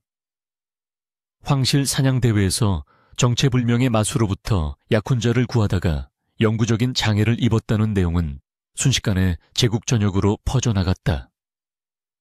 특히 촉망받던 마법사가 마력을 잃었다는 비극적인 서사는 대중들의 동정심과 분노를 자극하기에 충분했다. 사람들은 황실의 허술한 경비태세를 비난했고 그 배후에 누군가 있다는 소문을 사실로 받아들이기 시작했다. 여론은 급격하게 황태자에게 등을 돌리고 있었다. 켈리온은 엘라라의 계획대로 움직였다. 그는 황제 알련을 요청하고 피 묻은 증거물들을 들고 황궁으로 향했다. 그가 지나가는 길마다 귀족들은 공포에 질려 길을 비켰다. 이제 그는 단순한 북부의 공작이 아니었다. 사랑하는 여인을 잃을 뻔한 분노한 맹수였다. 알현실의 문이 열리고 켈리온은 황제 앞에서 무릎을 꿇는 대신 흑마법사의 자백이 담긴 기록 구슬을 바닥에 던졌다. 구슬이 깨지며 황태자의 음모를 증언하는 목소리가 알현실에 쩌렁쩌렁하게 울려 퍼졌다. 황제의 얼굴이 흑빛으로 변했다. 수많은 신하들이 지켜보는 가운데 황태자의 범죄가 낱낱이 공개된 것이다. 줄리안 황태자는 당황하여 소리쳤다. 저건 조작된 것이다. 저놈이 나를 모함하려는 것이다. 하지만 켈리오는 차가운 눈으로 그를 노려보았다. 조작인지 아닌지는 전하께서 더 잘 아실 겁니다. 제 약혼녀는 전하가 푼 괴물 때문에 평생의 꿈을 잃었습니다. 이에 대한 책임을 묻지 않는다면 북부는 더 이상 황실에 충성하지 않을 것입니다. 그것은 명백한 협박이었다. 알현실은 침묵에 휩싸였다. 북부의 군사력은 제국 전체 병력의 절반에 해당했다. 그들이 등을 돌린다면 제국은 붕괴할 수도 있었다. 황제는 떨리는 손으로 이마를 짚었다. 그는 아들을 보호하고 싶었지만 증거가 너무나 명백했고 켈리온의 기세가 너무나 흉흉했다. 결국 황제는 고육지책을 내놓았다. 황태자의 근신 처분과 함께 진상조사위원회를 구성하겠다는 것이었다. 켈리온은 만족스럽지 않았지만 일단 물러나기로 했다. 이것은 시작에 불과했기 때문이다. 저택으로 돌아온 켈리온은 엘라라에게 알현실에서의 일을 보고했다. 침대에 앉아 보고를 듣던 엘라라는 옅은 미소를 지었다. 예상대로 황제는 아들을 쉽게 버리지 못하는군요. 하지만 근신 처분만으로도 황태자의 손발은 묶인 셈입니다. 이제 그 틈을 타서 귀족들을 포섭해야 해요. 그녀는 펜을 들어 종이에 몇몇 귀족들의 이름을 적어 내려갔다. 그들은 황태자에게 불만을 품고 있거나 중립을 지키고 있는 세력들이었다. 엘라라는 자신이 움직일 수 없는 대신 켈리온을 자신의 아바타처럼 조종했다. 그녀는 매일 밤 켈리온에게 다음날 만나야 할 사람과 해야 할 말, 그리고 제안해야 할 거래 조건을 상세하게 알려주었다. 켈리온은 엘라라의 지시를 스펀지처럼 흡수했다. 그는 원래 정치에 관심이 없었을 뿐 머리가 나쁜 것은 아니었다. 오히려 엘라라의 코칭을 받으며 그는 타고난 카리스마에 노련한 정치력까지 갖춘 완벽한 군주로 성장하고 있었다. 한편 근신 중인 황태자 줄리아는 술에 취해 방탕한 생활을 보내고 있었다. 그는 자신의 몰락을 받아들일 수 없었다. 모든 것이 그 빌어먹을 계집 때문이라고 생각하며 증오를 키웠다. 그는 감시병들의 눈을 피해 비밀리에 자신의 사병 조직을 소집했다. 합법적인 방법으로 이길 수 없다면 무력으로라도 판을 뒤엎겠다는 위험한 발상이었다. 그는 최후의 발악을 준비하고 있었다. 엘라라와 켈리온을 동시에 제거할 암살 계획을 세우기 시작한 것이다. 엘라라의 회복 속도는 더뎠다. 마력 코어의 손상은 신체적인 활력까지 떨어뜨렸다. 그녀는 종종 현기증을 느끼며 쓰러지곤 했다. 그때마다 켈리온은 그녀를 안아들고 안절부절 못했다. 엘라라, 너무 무리하지 마시오. 계획은 천천히 진행해도 둬. 그의 걱정 어린 말에 엘라라는 고개를 저었다. 아니요, 시간이 없어요. 황태자는 쥐새끼처럼 구석에 몰릴수록 더 위험해질 겁니다. 그가 반격을 준비하기 전에 숨통을 끊어야 해요. 그녀의 예감은 적중했다. 며칠 후 켈리온의 정보망에 심상치 않은 움직임이 포착되었다. 수도 외곽의 용병 길드에 대규모 의뢰가 들어갔다는 정보였다. 의뢰인은 익명이었지만 그들이 노리는 타깃은 명확했다. 바로 블로와 저택이었다. 엘라라는 이 정보를 듣고 회심의 미소를 지었다. 황태자가 제 발로 함정에 걸어 들어오고 있었다. 그녀는 켈리온에게 말했다. 오늘 밤 저택의 경비를 최소화하세요. 그리고 기사단은 저택 주변 숲에 매복시켜 두세요. 그날 밤 블로와 저택은 겉보기에 평온해 보였다. 정문의 경비병은 졸고 있었고 정원의 불빛도 드문드문했다. 자정이 지나자 검은 복면을 쓴 수십 명의 자객들이 담을 넘어 침입했다. 그들은 신속하고 은밀하게 엘라라의 침실로 향했다. 하지만 그들이 방문을 열었을 때 침대는 비어 있었다. 당황한 자객들이 서로를 쳐다보는 순간 방 안에 촛불이 켜지며 켈리온이 의자에 앉아있는 모습이 드러났다. 기다리고 있었다. 쥐새끼들. 켈리온의 목소리와 함께 창문과 문이 동시에 닫히고 방 전체에 강력한 결계가 펼쳐졌다. 자객들은 도간에 든 쥐신세가 되었다. 동시에 저택 밖에서는 매복해 있던 북부 기사단이 들이닥쳐 자객들의 퇴로를 차단했다. 끔찍한 살육극이 벌어질 뻔했으나 켈리온은 그들을 죽이지 않고 제압만 하라고 명령했다. 살아있는 증인이 필요했기 때문이다. 자객들 중 하나가 독약을 삼키고 자결하려 했지만 켈리온의 마력이 그보다 빨랐다. 켈리온은 제압된 자객의 리더에게 다가가 복면을 벗겼다. 놀랍게도 그는 황태자의 개인 호위대장이었다. 이보다 더 확실한 증거는 없었다. 황태자가 근신 중에 사병을 동원해 귀족을 암살하려 했다는 사실은 반역죄에 해당했다. 엘라라는 옆방의 비밀문을 통해 들어와 이 광경을 지켜보았다. 그녀의 표정은 차가웠다. 이제 끝났어, 줄리안. 당신은 스스로 무덤을 팠어. 다음 날 아침 수도 중앙광장에는 수많은 인파가 몰려들었다. 켈리온이 긴급 성명을 발표하겠다고 예고했기 때문이다. 단상 위에 오른 켈리온의 옆에는 포박된 황태자의 호위대장이 무릎 꿇려져 있었다. 켈리온은 군중을 향해 외쳤다. 황실은 타락했습니다.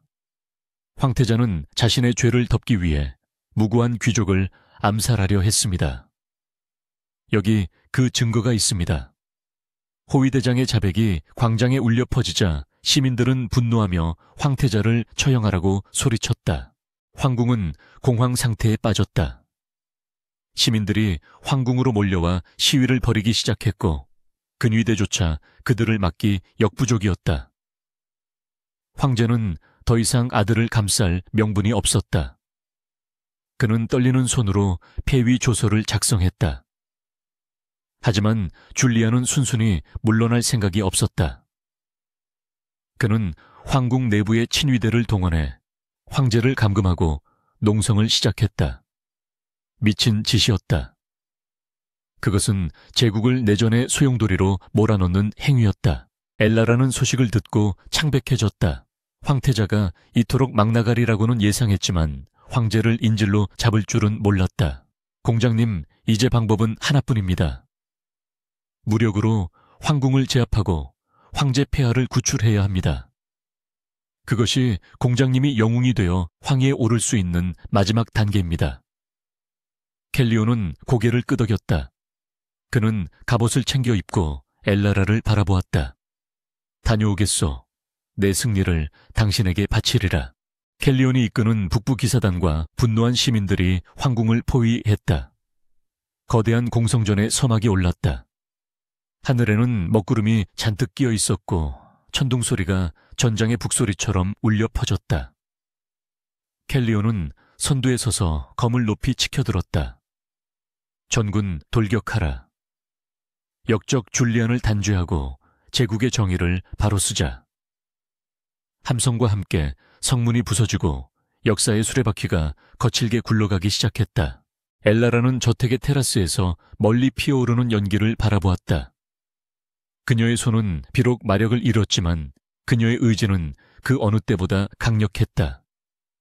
그녀는 자신의 희생으로 만들어낸 이 거대한 흐름이 켈리온을 최고의 자리에 올려놓을 것임을 확신했다. 그리고 그 옆자리는 바로 자신의 것이 될 것이다.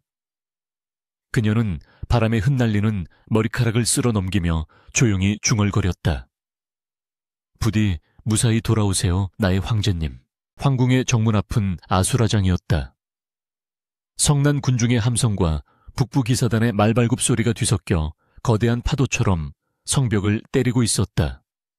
하지만 이것은 양동작전에 불과했다.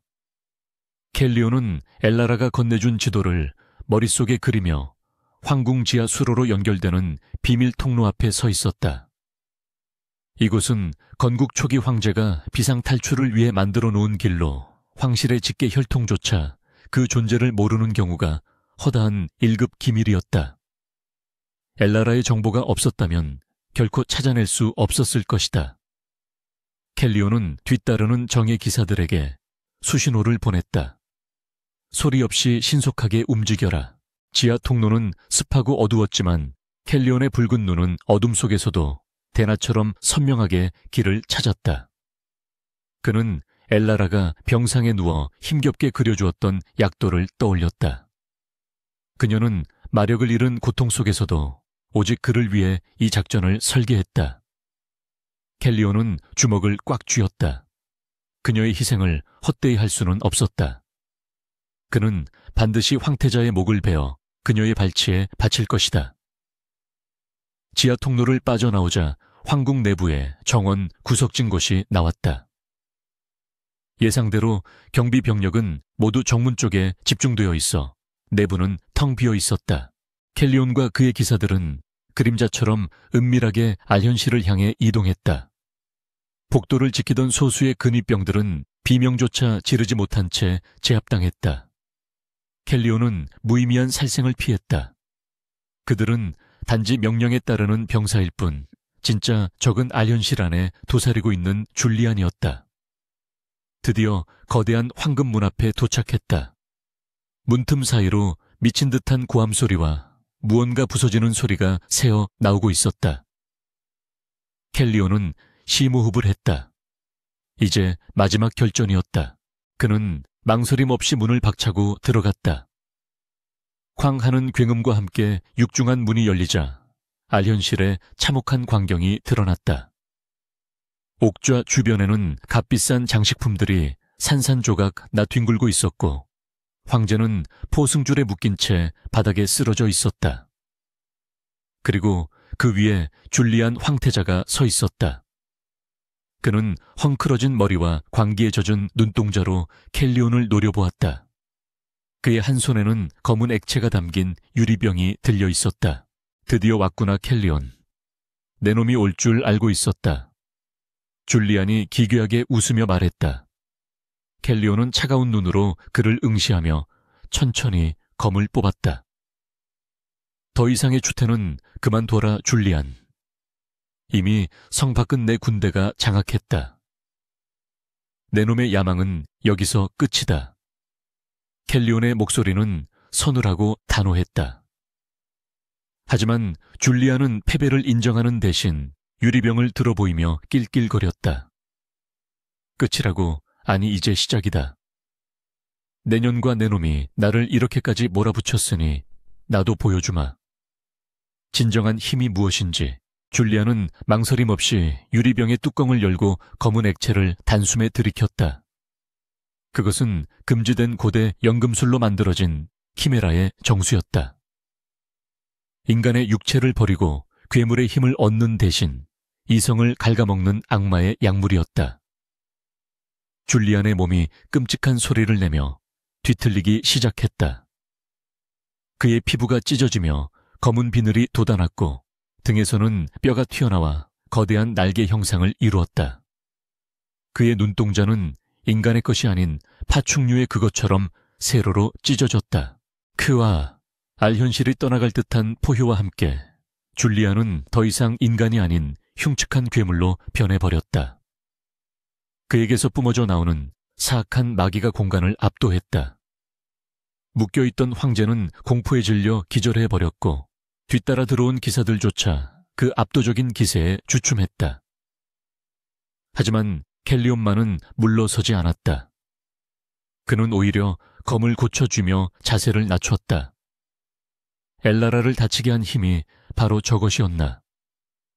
그의 분노가 마력과 공명하며 붉은 오라를 피어올렸다. 괴물이 된 줄리안이 순식간에 켈리온에게 달려들었다. 그의 속도는 인간의 눈으로 쫓을 수 없을 만큼 빨랐다. 켈리온은 본능적인 감각으로 검을 들어 공격을 막아냈다. 강하는 소리와 함께 켈리온의 발밑 대리석 바닥이 거미줄처럼 갈라졌다. 엄청난 괴력이었다. 줄리안은 쉴 새 없이 발톱을 휘두르며 켈리온을 몰아붙였다. 켈리온은 방어에 집중하며 놈의 빈틈을 노렸다. 하지만 괴물의 육체는 강철보다 단단해 일반적인 검격으로는 상처조차 입히기 힘들었다. 켈리온 죽어라. 내 놈만 없었으면 모든 게 내 것이었어. 줄리안의 목소리는 짐승의 울음소리처럼 뭉개져 있었지만 그 안에 담긴 증오만은 선명했다. 그는 입에서 검은 화염을 토해냈다. 켈리온은 몸을 날려 화염을 피했지만 그의 망토자락이 불길에 휩싸였다. 알현실은 순식간에 불바다로 변했다. 켈리온은 숨을 몰아쉬었다. 정면 승부로는 승산이 희박했다. 그는 엘라라가 해주었던 말을 떠올렸다.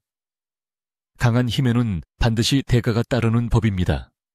폭주하는 힘은 스스로를 파괴할 거예요. 약점을 찾으세요. 켈리온은 냉정하게 줄리안의 움직임을 관찰했다. 괴물로 변한 줄리안은 강력했지만 공격이 단조롭고 흥분해 있었다. 그리고 변이 된 심장 부근에서 불안정하게 맥동하는 검은 빛이 보였다. 저것이 마력 코어다. 켈리온은 확신했다. 그는 짐짓 뒤로 물러나며 빈틈을 보였다. 이성을 잃은 줄리안은 함정인 줄도 모르고 크게 팔을 휘두르며 달려들었다. 바로 지금이었다. 켈리온은 바닥을 박차고 줄리안의 품 안으로 파고들었다. 그가 평생을 갈고 닦은 검술의 정수 일격필살의 기술이 펼쳐졌다. 그의 검에 응축된 붉은 마력이 폭발하듯 뿜어져 나왔다. 켈리온의 검이 줄리안의 가슴 중앙, 검은 빛이 새어나오는 곳을 정확하게 꿰뚫었다. 푹 하는 소리와 함께 검끝이 등 뒤로 뚫고 나왔다. 줄리안의 움직임이 딱 멈추었다. 커헉. 줄리안의 입에서 검은 피가 쏟아져 나왔다. 그는 믿을 수 없다는 표정으로 자신의 가슴에 박힌 검을 내려다보았다. 켈리온은 검을 비틀며 나직하게 속삭였다. 이것은 내 것이 아니다. 엘라라폰 블로아의 이름으로 내리는 심판이다. 그는 검을 힘껏 뽑아내고 줄리안을 발로 차버렸다. 줄리안은 비틀거리다 옥좌의 계단 아래로 굴러 떨어졌다. 그의 몸을 감싸고 있던 검은 비늘이 서서히 벗겨지며 다시 초라한 인간의 모습으로 돌아왔다. 하지만 이미 그의 생명력은 바닥나 있었다. 줄리안은 바닥을 기며 옥좌를 향해 손을 뻗었다. 내 자리야. 아무도 못 줘. 그의 집착은 죽음 앞에서도 사라지지 않았다. 하지만 그의 손끝이 옥좌에 닿기도 전에 그는 숨을 거두었다. 제국의 태양이 되려 했던 자의 비참한 최후였다. 알현실에는 무거운 침묵만이 감돌았다. 켈리온은 피 묻은 검을 닦지 않은 채 칼집에 꽂았다. 모든 것이 끝났다. 땄다. 그때 기절했던 황제가 정신을 차리고 일어났다. 그는 아들의 시체와 켈리온을 번갈아 보며 망연자실한 표정을 지었다. 켈리온은 황제에게 다가가 묵례를 했다. 폐하 역적을 처단했습니다. 황제는 떨리는 목소리로 물었다. 이제 나도 죽일 셈인가? 켈리온은 고개를 저었다. 아닙니다. 저는 황좌를 찬탈하러 온 것이 아닙니다. 제국을 바로잡으러 왔을 뿐입니다. 하지만 폐하께서는 더 이상 이 나라를 이끄실 명분도 능력도 잃으셨습니다. 켈리온은 준비해둔 양피지를 꺼내 황제 앞에 놓았다. 그것은 양위 조서였다. 황제는 체념한 듯 한숨을 내쉬었다. 그는 자신이 저지른 방관의 죄가 얼마나 큰지 알고 있었다. 그는 떨리는 손으로 조서에 서명하고 옥새를 찍었다. 그 순간 알현실의 창문 너머로 아침 해가 떠오르기 시작했다. 어둠이 걷히고 새로운 시대의 빛이 들어오고 있었다. 켈리온은 양위 조서를 들고 알현실의 발코니로 나갔다. 광장을 가득 메운 시민들과 기사들이 그를 올려다보았다. 켈리온이 조서를 높이 치켜들자 천지를 뒤흔드는 함성이 터져 나왔다. 켈리온 황제 만세, 새로운 제국의 태양 만세 사람들은 눈물을 흘리며 환호했다. 그들은 오랜 폭정과 부패에서 벗어나 진정한 영웅을 맞이한 기쁨에 취해 있었다. 하지만 켈리온의 표정은 덤덤했다. 그는 환호하는 군중을 보며 단 한 사람을 생각했다. 엘라라. 지금 이 순간 그가 가장 보고 싶은 사람은 그녀였다. 이 모든 영광은 그녀가 만들어준 것이었다. 그는 당장이라도 그녀에게 달려가고 싶었지만 아직 처리해야 할 일들이 남아있었다. 그는 기사단장에게 사후 처리를 맡기고 급히 발길을 돌렸다. 한편 블루아 저택의 테라스에서 엘라라는 멀리 황궁 쪽에서 들려오는 함성 소리를 듣고 있었다. 그녀는 안도의 한숨을 내쉬며 난간에 몸을 기댔다. 해냈구나. 그녀의 눈시울이 붉어졌다. 그녀는 자신의 선택이 틀리지 않았음을 확인했다. 이제 원작의 비극은 완전히 사라졌다. 켈리온은 죽지 않았고 오히려 제국의 정점에 섰다. 그녀는 떨리는 손으로 가슴을 쓸어내렸다. 그날 오후 켈리온은 황궁의 일 처리를 대충 마무리하고 곧장 블루아 저택으로 달려왔다. 그는 정복조차 갈아입지 않은 채 엘라라의 방으로 뛰어들었다. 엘라라. 그가 문을 열고 들어오자 엘라라는 침대에 앉아 그를 기다리고 있었다. 그녀는 맑게 웃으며 그를 맞이했다. 다녀오셨어요, 폐하. 그녀가 장난스럽게 호칭을 바꾸자 켈리온은 울컥하는 감정을 느꼈다. 그는 성큼성큼 다가와 엘라라를 으스러지도록 끌어안았다. 당신 덕분이오. 당신이 없었다면 나는 괴물이 되어 죽었을 거요. 당신이 나를 살렸소. 켈리온의 목소리는 격정적이었다. 엘라라는 그의 넓은 등에 얼굴을 묻고 조용히 속삭였다. 약속했잖아요. 공장님을 행복하게 해드리겠다고. 두 사람은 한참 동안 서로의 온기를 느끼며 떨어지지 않았다. 며칠 뒤 켈리온의 대관식 준비가 한창일 때 그는 엘라라를 황궁의 비밀 정원으로 불렀다. 그곳은 황제만이 출입할 수 있는 아름다운 공간이었다. 켈리온은 엘라라 앞에 한쪽 무릎을 꿇고 작은 상자를 꺼냈다. 그 안에는 제국 황후에게만 전해져 내려오는 다이아몬드 반지가 빛나고 있었다. 엘라라 폰 블루아. 나를 황제로 만든 건 당신이오. 그러니 내 곁에서 이 제국을 함께 다스려 주시오. 나의 황후가 되어주겠소. 그것은 담백하지만 진심이 담긴 프로포즈였다. 엘라라는 눈물을 글썽이며 고개를 끄덕였다. 기꺼이요, 폐하. 켈리온은 그녀의 손가락에 반지를 끼워주며 손등에 입을 맞추었다. 원작에서는 볼 수 없었던 가장 완벽하고 아름다운 해피엔딩의 순간이었다. 하지만 엘라라의 마음 한구석에는 아직 풀리지 않은 의문이 남아있었다. 자신이 빙의자라는 사실, 그리고 이 세계의 진실에 대한 비밀.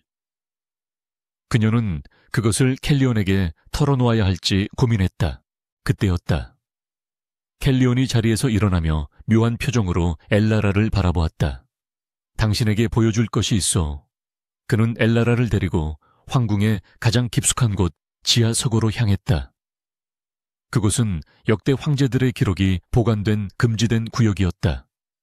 켈리온은 낡은 책 한 권을 꺼내 엘라라에게 건넸다. 그 책의 제목을 본 순간 엘라라의 눈이 휘둥그레졌다.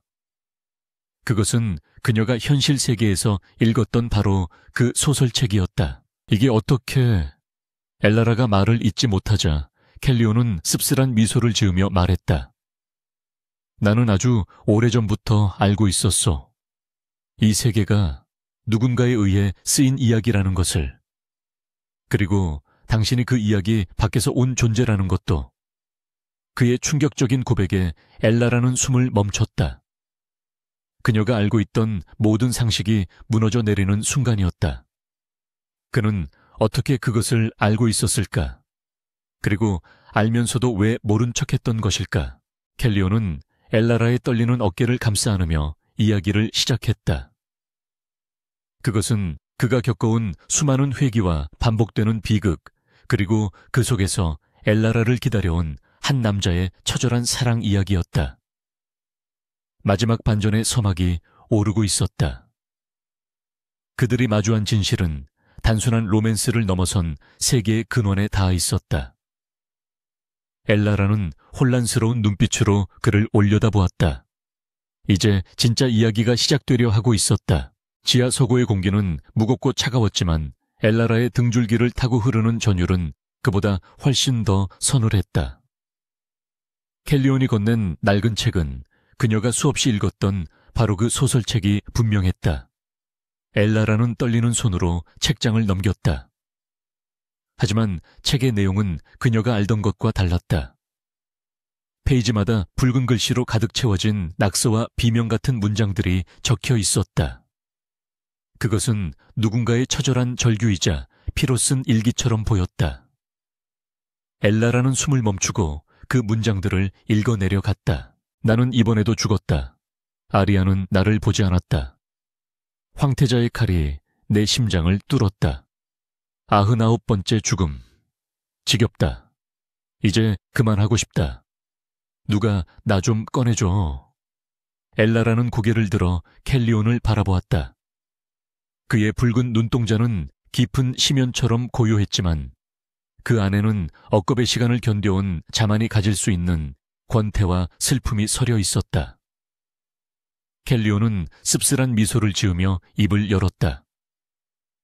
놀랐소. 당신이 보고 있는 것은 내 지난 생의 기록들이요. 나는 회귀자요, 엘라라. 켈리온의 고백은 담담했다. 그는 자신이 이 소설 속 세계에 갇혀 무한히 반복되는 삶을 살고 있다는 사실을 털어놓았다. 소설의 엔딩이 나면 다시 일장으로 돌아가 비극적인 죽음을 맞이하는 운명. 그는 그 지옥 같은 굴레를 수십 번 반복하며 서서히 미쳐가고 있었다. 그는 자신이 소설 속 등장인물이라는 자각을 하게 되었고 보이지 않는 작가의 의도에 따라 움직여야 하는 꼭두각시라는 사실에 절망했다. 하지만 이번 생은 달랐어. 언제나처럼 연회장에서 아리아를 보며 억지스런 감정을 느껴야 했던 그 순간 당신이 나타났지. 켈리온은 엘라라의 손을 잡아 자신의 심장 위에 얹었다. 당신이 내 앞을 막아서고 황태자에게 맞서던 그 순간 내 머릿속을 지배하던 작가의 목소리가 끊겼어. 그리고 처음으로 나의 의지라는 것이 생겨났지. 나는 그때 깨달았어. 당신만이 이 빌어먹을 연극을 끝낼 수 있는 유일한 관객이자 구원자라는 것을. 엘라라는 충격에 말을 잇지 못했다. 그렇다면 당신은 처음부터 다 알고 있었던 건가요? 제가 빙의자라는 것도. 켈리온은 고개를 끄덕였다. 당신의 영혼에서는 이 세계의 것이 아닌 낯선 향기가 났으니까. 나는 당신이 나를 구하려 한다는 것을 알고 있었어. 그리고 솔직히 말하자면 당신을 이용했어. 엘라라의 눈동자가 흔들렸다. 이용했다니요. 나는 두려웠어. 만약 내가 너무 일찍 강해지거나 황태자를 손쉽게 처리해버리면 당신이 더 이상 나를 필요로 하지 않을까봐. 당신의 임무가 끝나면 당신이 원래 있던 세계로 돌아가 버릴까봐. 그래서 나는 짐짓 모르는 척, 약한 척 당신의 도움을 받았어. 당신이 나를 위해 희생하고 나를 위해 피 흘리는 것을 보며 가슴이 찢어질 듯은 아팠지만 동시에 안도했어. 당신이 내게 묶여가고 있다는 증거였으니까. 켈리온의 고백은 충격적이었다. 엘라라가 그를 위해 모든 것을 바쳤다고 생각했지만 사실은 켈리온이 그녀를 곁에 두기 위해 그 모든 상황을 용인하고 조율해 왔던 것이다. 그는 그녀가 마력을 잃고 쓰러졌을 때 비로소 자신의 어리석은 욕심이 그녀를 다치게 했다는 것을 깨닫고 폭주했던 것이다. 그것은 비틀린 사랑이었지만 동시에 세상 그 무엇보다 절박한 사랑이었다. 공장님, 아니 폐하. 당신은 정말. 엘라라는 눈물을 흘리며 그의 뺨을 어루만졌다. 원망스럽지는 않았다. 오히려 그가 겪었을 고독과 두려움이 뼈저리게 느껴져 가슴이 아팠다. 그는 99번의 죽음 끝에 찾아온 유일한 희망인 그녀를 놓치고 싶지 않았던 것이다. 켈리온은 엘라라의 손바닥에 얼굴을 묻었다. 용서해 주시오. 나의 이기심을. 나를 떠나지 말아 주시오. 그때였다. 엘라라의 손에 들려있던 소설책이 갑자기 눈부신 빛을 뿜어내기 시작했다. 책장이 저절로 넘어가더니 마지막 페이지가 펼쳐졌다. 그곳에는 이야기가 끝났습니다. 외부자는 원래의 세계로 돌아갑니다. 라는 문장이 금빛으로 빛나고 있었다. 세계가 진동하기 시작했다. 서고의 벽이 흐릿해지고 엘라라의 몸이 반투명하게 변해갔다. 시스템이 강제로 그녀를 송환하려 하고 있었다. 안 돼. 켈리온이 비명을 지르며 엘라라를 꽉 끌어안았다. 하지만 그의 손은 엘라라의 몸을 통과하려 하고 있었다. 엘라라, 가지마 명령이다. 황제의 명이다. 제발. 켈리온은 울부짖었다. 천하를 호령하는 황제가 되었지만 정작 사랑하는 여인 하나를 붙잡을 수 없는 무력함에 그는 절규했다. 엘라라 역시 공포를 느꼈다.